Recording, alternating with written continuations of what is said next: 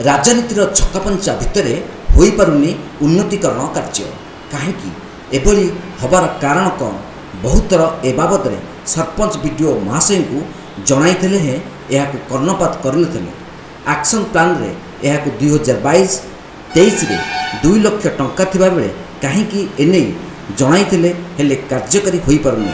एभली एक घटना घटी वासुदेवपुर ब्लॉक राजघर पोखरी ग्राम पंचायत रे। प्रबल वर्षा जो राजघर पोखरी ग्राम पंचायत 8 नंबर वार्ड रे जो भाव में रास्ता धसी जाइए ताहा एक अभावनीय घटना। कारण से रास्ता दे जिबा आसिबा करती प्राय 600 रु 700 घर ताहा पुणी मुख्य बाजार को लगी। गोटे साइट रे पोखरी थिबा बेले अन्य एक साइट रे नदी अच्छी। रास्ता रे इलेक्ट्रिक पोल पकई जिबा आसिबा करुथिले से रास्ता रे पिला माने स्कूल कॉलेज जीवाई भयभीत हो पड़ुछंती। सरपंच निजे जाई से रास्तार अनुधान करते और प्रतिश्रुति देते और ग्रामवासी सहित बीडीओ को ए बाबद एक दाबीपत्र सरपंच देइछंती।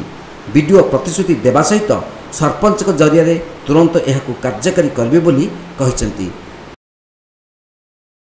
सामने मीडिया सामने हमको सहयोग करने कथा देते 4-5 दिन मध्य से कार्यकारी करने आमको प्रतिश्रुति दें। तो सहित सरपंच अनुरोध कर तुरंत उपाय जदि पंचायत फंड रु खर्च करी गोटे आपातकालीन बंध बाउंस और बाली बस्ता मध्य करी से दिगरे आम दृष्टिवान हो।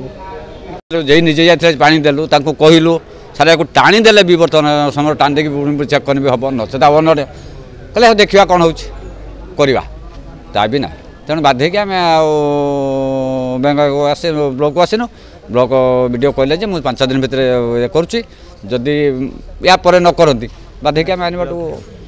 वासुदेवपुर पुनील कुमार सामंत रिपोर्ट तीर्थक्षेत्र लाइन।